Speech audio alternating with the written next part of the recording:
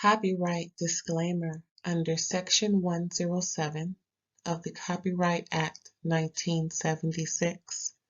Allowance is made for fair use for purposes such as criticism, comment, news reporting, scholarship, and research. Fair use is a use permitted by copyright statute that might otherwise be infringing.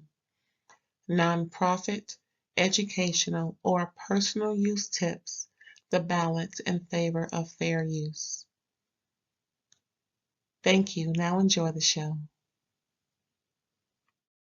Hey, what's up, everybody? Thanks for tuning in to another episode of RAERAEs Review, where I will be letting you know what's going on the Equalizer on CBS. We're on season 5, episode 10. They came back from their little hiatus. And now they just giving it to us, y'all, every week. I mean, woo! Child, this was a really good episode. I really liked it. Queen. You know, I love a good love interest. You know what I'm saying? Queen and Detective Marcus Dante. See, when a man got two first names, you know it's good. I'm just saying. Listen, what's up, aunties and uncles? Look, we grown over here. That's how we talk. Yeah, girl. Yeah, get it. Don't stop. When he got two first names, he can go 2 rounds. I'm just letting you know what I heard. But yeah, so listen. It's good, y'all. D ain't in trouble so much. You know, she got her head handed to.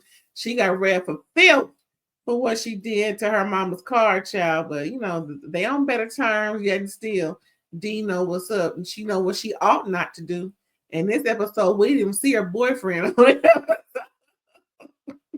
So that'll tell you something. Look, we know it's fiction, but you know, we gotta live in the moment. We got to live in the moment. So listen, you know how the show runs. The first part of the show that let you know why Queen or Robin. I may interchange Queen and Robin's name because look, all hail the Queen. Let's just put it on out there. Queen Latifah. Dana Owens as a real name. You know, I've been down with Queen since what, 85? Child. Shoot, man. Ooh, I saw her on my birthday last summer. Ooh, down to the Greek out here in Hollywood. It was a Hollywood Bowl. Child, I've been down there and I don't know how long. I mean, it's been a minute since I've been down there. Anyway, oh, my sister took me for my birthday, the Roots picnic. Oh, yes, I got my entire life. Let me tell you something. When I want to see who I want to see on my bucket list, just saying, it's about maybe no more than 5 more folks I need to see before they stop performing. And child, I have been so lucky that I got 5 left. Yeah, I may be less than that, but I don't want to get into it too deep. So I'm here to talk about Equalizer. But yeah, so I may say Queen, I may say Robin, who her name is on the show. Just like Detective Dante, I may call him Dante or I may call him Marcus, child, same person. But we got I'm Five, that's I'm Five. We got D, that's D. We got Harry and Mel, they're the couple that's also working with Robin. And they out there saving people's lives and carrying on. So let's get into it. So like I said, the premise of the show is that the first scene of the show, soon as it come on, we see what's going on, why somebody then called Robin for help. So the first scene, we see a security guard walking through, it looked like he at work, of course, walking through this building. And he ain't even got to touch no light. Light just come on when you walk in the room. Okay, come on, sensor. And so he's putting all of his secret codes and fingerprints and eyeballs and everything into the thing so he can get to where he got to go. So the last stop was a room full of money sitting on a long picnic table. He didn't count it. He just looked in there to see it and walked out. So then he walked out the whole building. His car's parked outside and the whole building goes dark.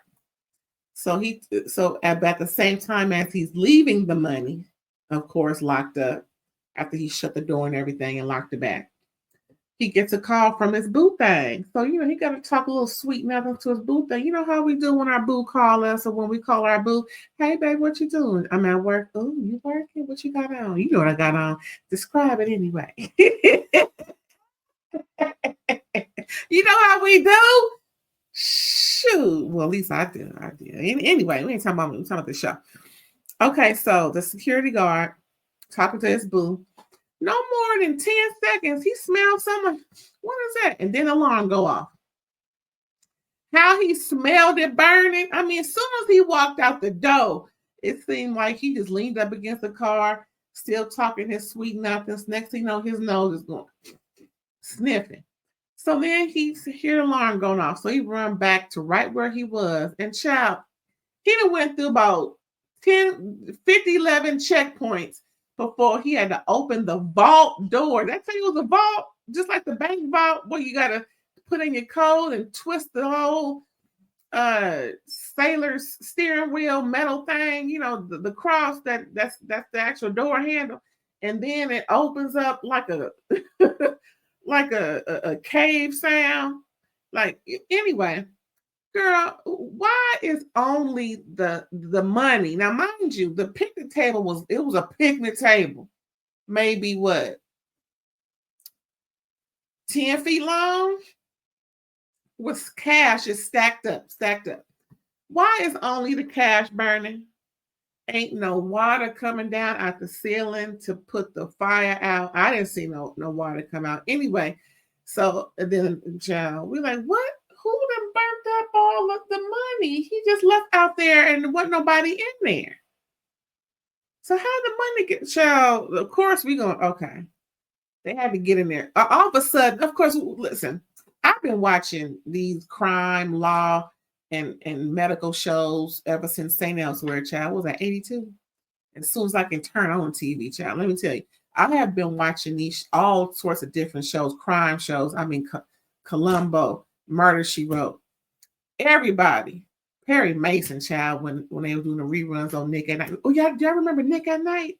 With Donna, what's that woman, Donna? I'm about to call her Donna Summer. Ain't no Donna Summer. The Donna something show, white woman, her and her man, were they singing karaoke somewhere? Something similar to Lucy and Ricky. Anyway, it was a cute little, late night something, but before you go to bed. I think it ended like about 11:30, but I was in the bed by 10. Anyway, yeah, so we're like, how did the money get burnt up? And wasn't nobody in there, child. Anyway, next thing you know, we see D, Vi, and Robin at the house.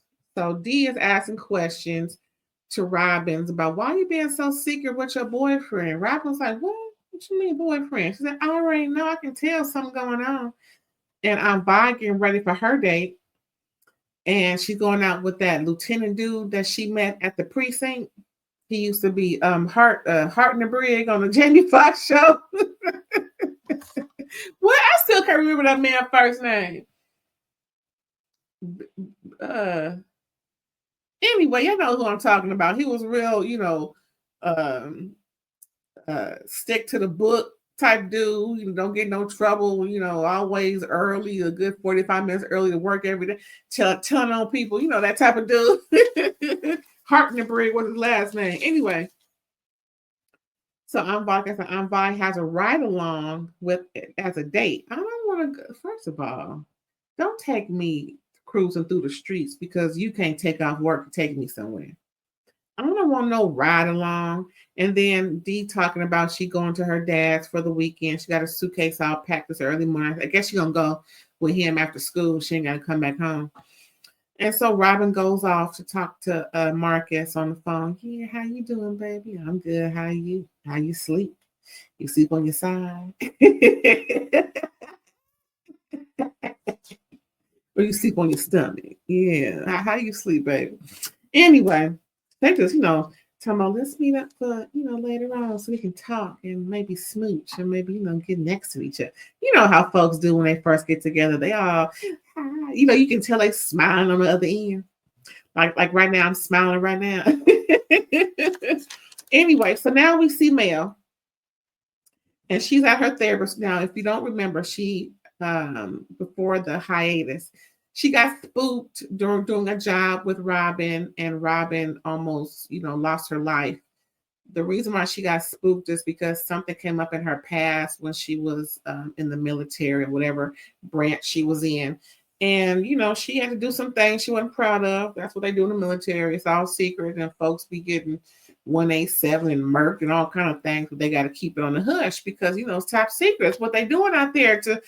Sometimes you got to take care of things in a way that, we would get in trouble for, but it's okay for them because they're protecting the country. That's why people get to do what they do. It's called protecting and serving. Yeah, that's how I see it.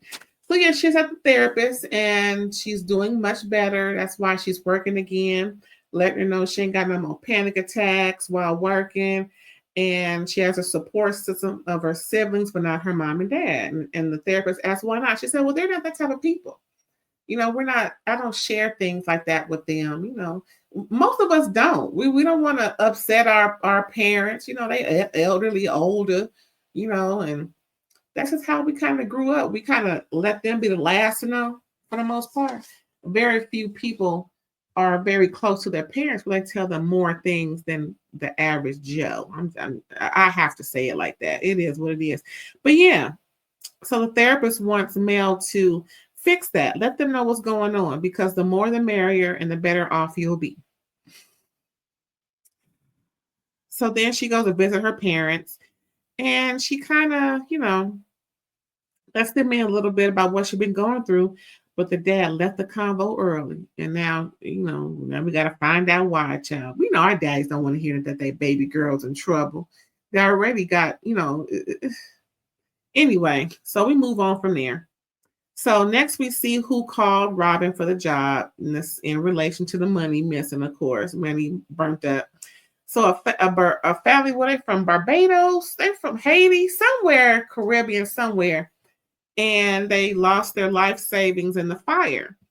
And the insurance people ain't answering, they worry, all the money that they had was in that fire.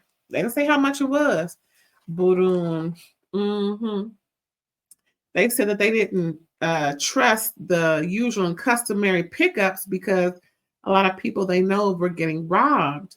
And when the folk, I don't want to say a certain company's name, but the folks that either drop off or pick up money from businesses and take it to certain, financial institutions. They got a few different companies out there that's in those nice trucks that are very well guarded.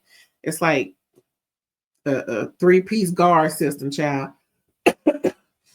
Anywho, they got the one person that comes out of the truck and does all the business with the merchant. And then there's a driver. Then there may be 1 or 2 people inside with all the goods, that type of thing. Those been getting hit up. So they was like, we don't trust it. Too many people we know, too many people we don't know is losing out. So this one company said that, they got you and it's insured and everything is everything.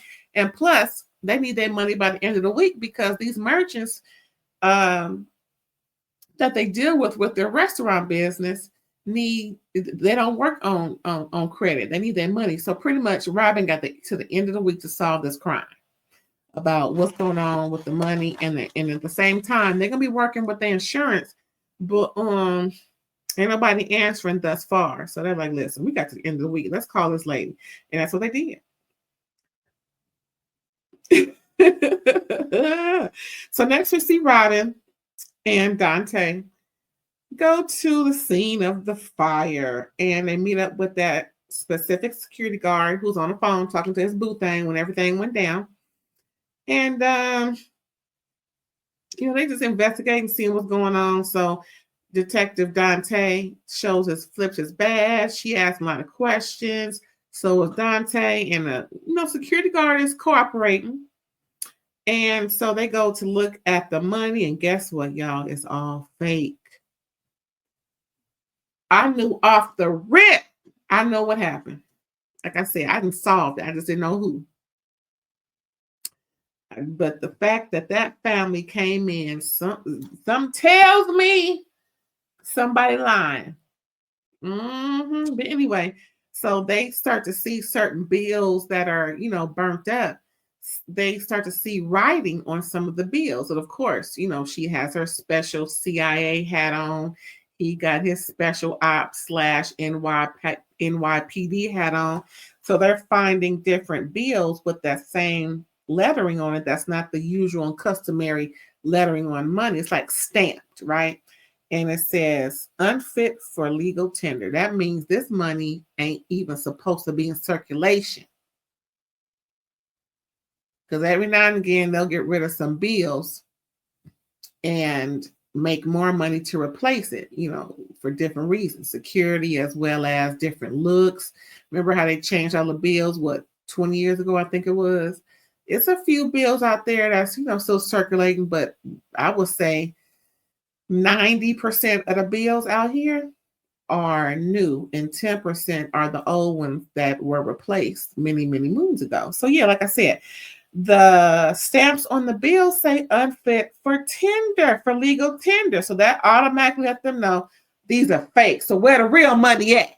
That's how Robin do. So where the real money at? No, that's right. Where the money at? So now they know it's a possible arson and the real cash was stolen. Next, we see Harry investigate. And they take some money and he's investigating and whatnot, not what. He finds out that 10 days prior, right, a recycling company, guess what this recycling company recycle? Money, not fit for legal tender. So, and it's somewhat in, I wouldn't say juxtaposition, but it's a favorable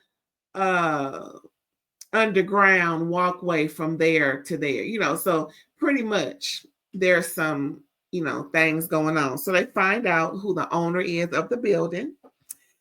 Harry doing all of his investigating and carrying on and carrying. And so they find out that the thieves gained access via the tunnel. Of course, it's a tunnel. Hello? They didn't come through the sky. We all know it's always a tunnel. Just like when they was looking for Salazar, but they found his homies with all the DRUGS and the GUNS. It's always a tunnel. So then they investigate and find a clue from the tunnel, child. They go to the tunnel, child. They're looking for stuff, looking for clues. And they find some blonde hair that looks real. Not no wig, not no 613, not no honey blonde, but a real hair from a woman that's blonde. Child, they done tested the blonde hair and they done found a woman. Come to find out she's been going to the place of business quite often. Come to find out she's the girlfriend of the security guard that worked there. Hey, there's a connection, y'all. There's a connection. So they find her and both, what's her name, Robin and Detective Dante, and they question her. And she's like, what's going on? I wasn't involved in all that. And then they said, well, why did we find your hair mixed in with some of the goods? She said, well, that's my thing. That's what we do. It's like, what you mean? What's your thing? What you do? She said that her and the security guard like to do the hanky-panky on top of the money. So that's why her hair was on the money. Ugh. Like you ain't never put none in your pocket. Anyway, so first they was thinking that she was in cahoots with somebody and they just, she was trying to get the security guard to let her in good and no good about the establishment so they can do their thing. But then then they said, okay, if you lying, we come back for you in 30 minutes. They didn't say 30 minutes, but they made her seem like they will be right back for that ass if we find out that you lying to us right now. She's like, I'm not lying. I'm for real, I'm not lying. So anyway, so we move on from there, right? But before and end, she did give him a little good look. She said, you may want to check with the owner, Mr. Wentworth, not JG, not JG, but Mr. I wonder why they chose Wentworth for the show. now we got to find out if JG was involved with some mess. Anyway, so like I said, so she said, you may want to check out Wentworth because he always, dipping his hands in the stash when he ain't supposed to. So, and of course, who told her that is her man, the security guard. So he got something to do with this. And if she know Wentworth is dipping his hand in it, and the money didn't look level, it was just stacked, conspicuously. Girl, shoot, put a little something, grab a little something in the throes of passion. Make sure my bag is open. Swish, and then the flap close. I'm good. Money good. Yes, money good. Shoot, you mean tell me all? It got to be billions of money on that table. Ooh, I know it's wrong, but child, Now they got security and stuff in there. But anyway, like I said, they investigating, and so she led them on to Wentworth, but they did give her that, don't make her have to come back for that ass. So, so then they go to Wentworth. They just, not bust in his place per se, but they kind of just let themselves in, and he hides in the closet. Next thing you know, it's a doggone shootout, y'all.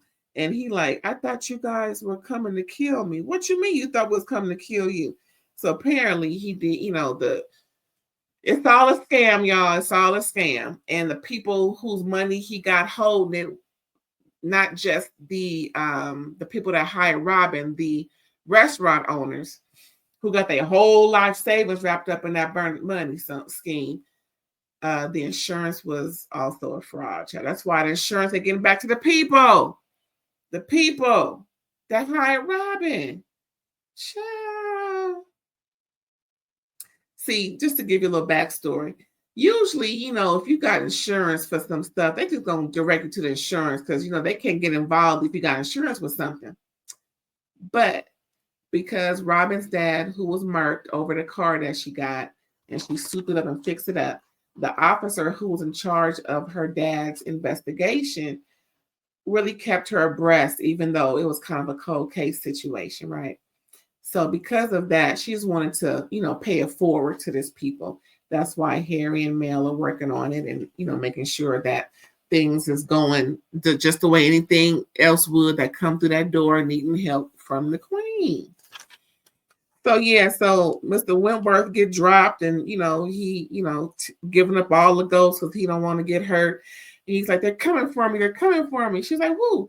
So pretty much not just the restaurant owners, but it's some shady business people who I think own some strip clubs similar to the Medeiros family. Yeah, Nikki and them who like to call Black people N-words. Yeah, I don't blame Leangelo for leaving her behind. Ooh, I said a whole other thing on this show. But anyway, like I said, it's some seedy, shady folks in the neighborhood he doing business with, and they got word that the money went up in smoke, and they want their money. They don't care about no money going up in smoke. Everybody thinking it's their insurance policy. He let it lapse, so he ain't, he in trouble every which way but. So they're like, well, you know what? You better hope everything you're telling us is panning out. We're going to leave you right here. But no, we ain't going to leave you here. We're going to take you somewhere nice and cozy. They took him right to the precinct because he in trouble. Talk about he insuring folks' money and ain't no insurance.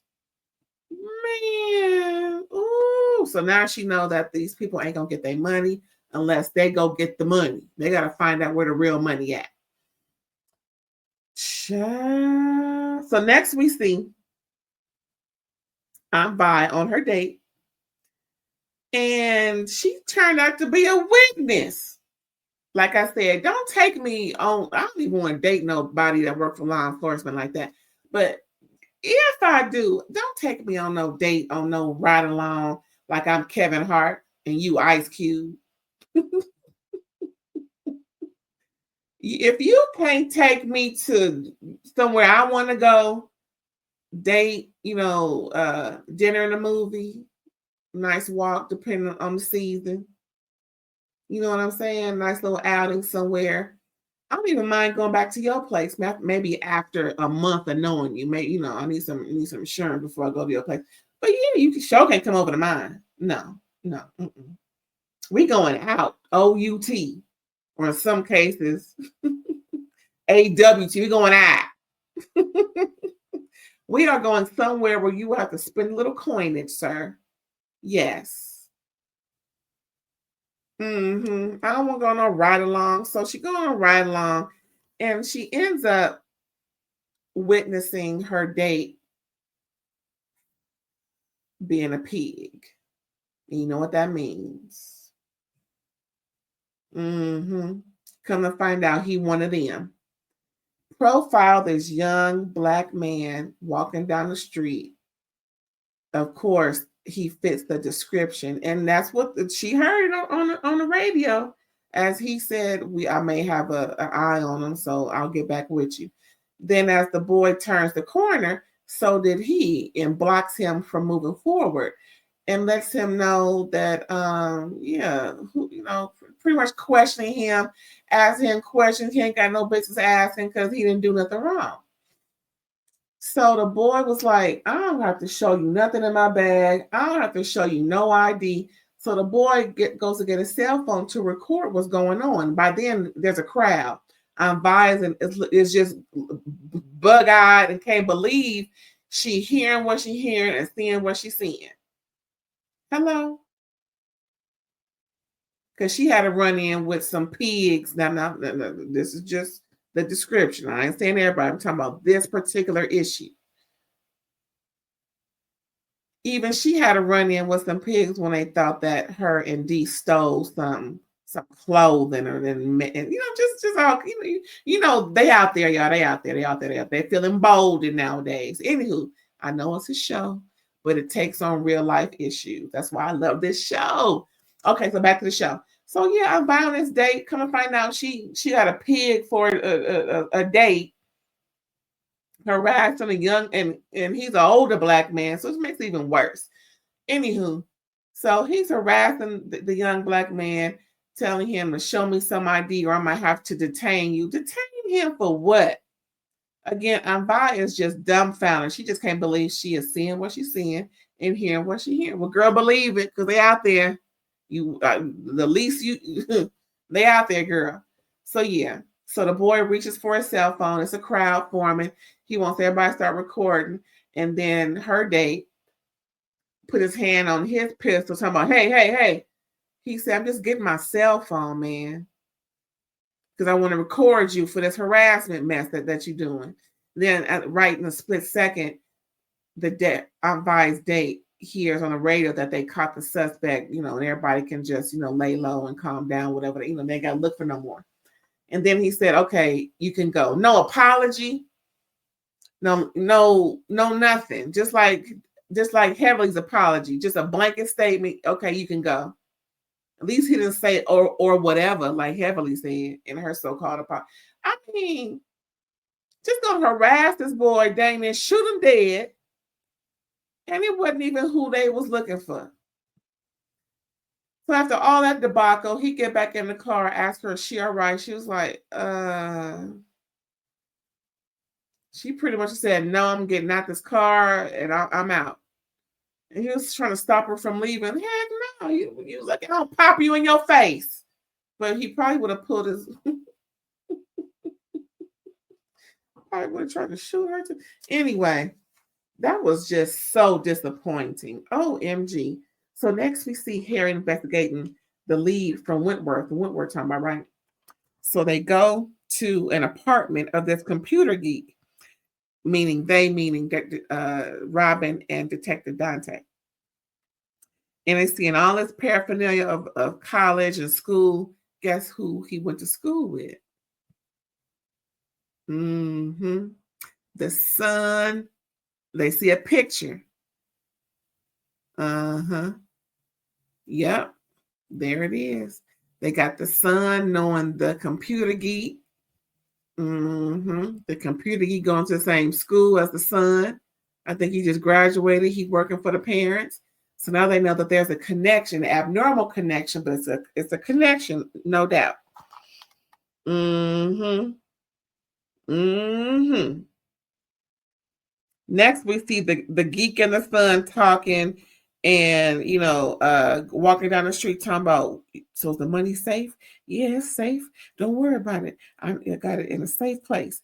And they just talking them. So we already know the son was in on it, the geek was in on it, and they comprised this scheme to get the money in the tunnel and everything, because you need to know all sorts of computer geeky things to do this heist, according to Harry, because Harry know how to do it. Anywho, so as they're walking down the street, they turn the corner, and guess what they run into? The same fools that Wentworth was trying to run from. Child. Mm, mm, mm. Boy, I tell you, so good. So next we see Mel. Remember how I told you that she told her dad what was going on? He got up and left. Okay, so we go back to that. She's on the phone talking with Harry. We're leaving Harry a message talking about what just happened. And then her mom pretty much interrupts the tail end of that message she was leaving for Harry on his voicemail. And the mom gives her some coffee she was making before the dad got up and left during the combo, right? And then the mom sits in the car with Mel and just lets her know about their dad. The typical, he loves you. It's just that he's been through some things too, and sometimes you just have to talk it out. Just don't give up on your dad. That whole corny situation. Yeah, you know how it go when we winding down the episode, right? So the mom is letting Mel know your dad is good. Just don't give up. Go back in there and talk to him. Don't leave. Just go talk to him. So Mel goes back in, and of course, the dad is upset. She sits down with them, and come to find out they both had the same issue, child. He'd been through some things, apparently. Don't quote me, because I don't know too much about what goes on in the Eastern Hemisphere. But they are, are they Filipino or are they Chinese? Anyway, the Chinese invaded the Philippines. This is what he's saying. And they did some horrific things to him when he was locked up and carrying on, right? And with all that being said, he has some PTSD situation going on. So he understands how his daughter feels.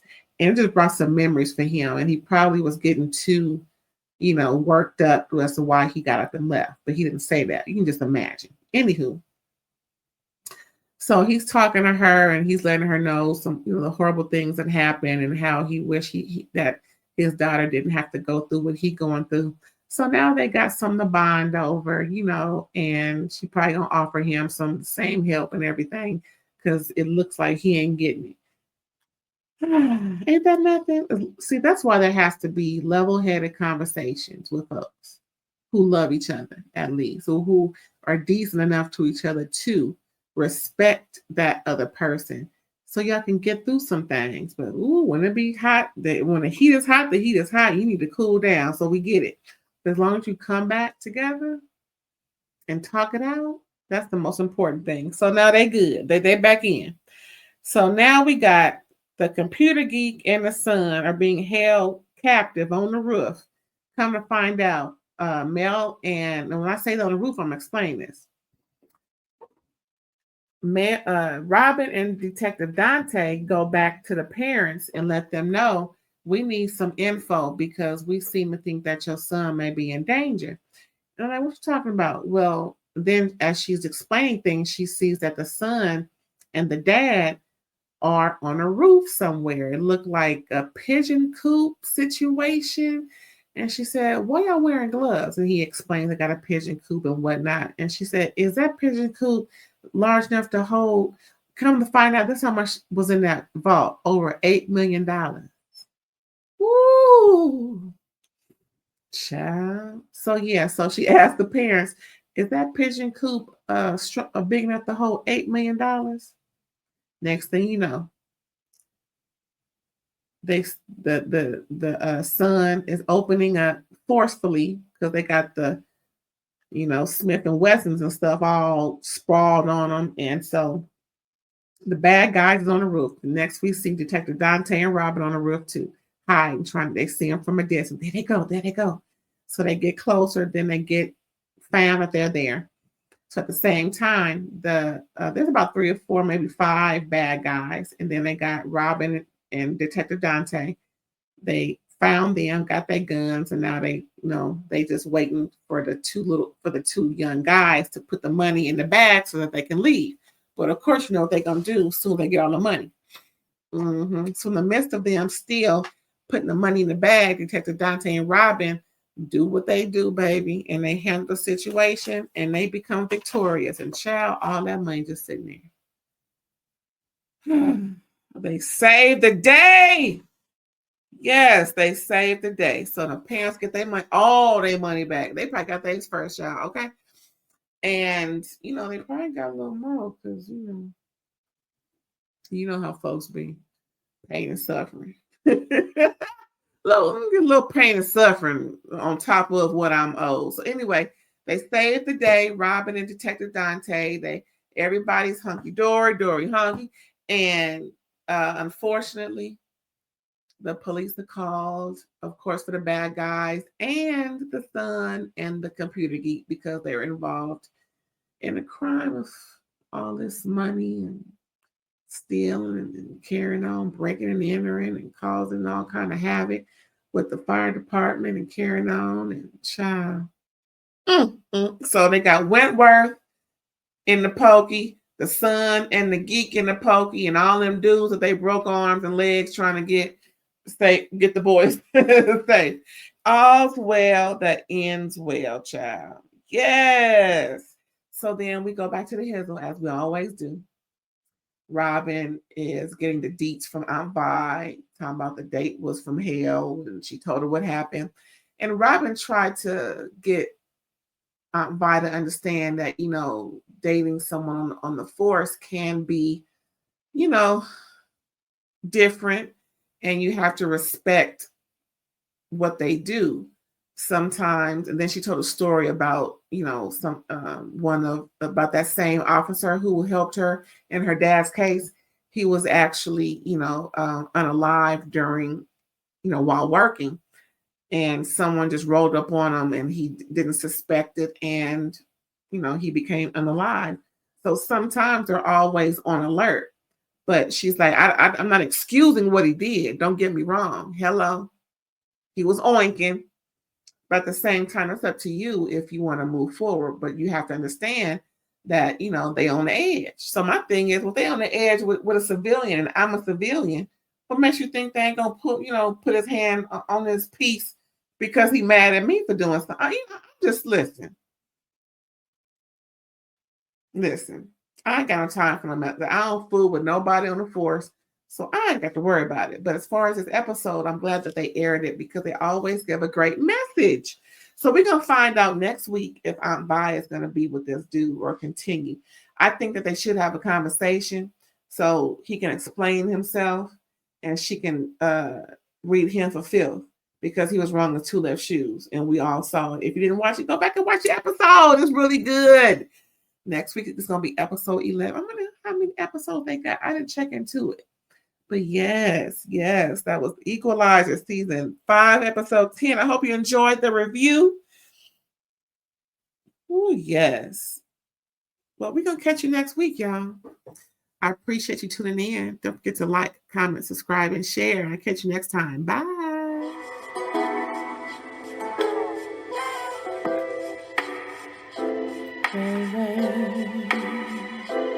All day.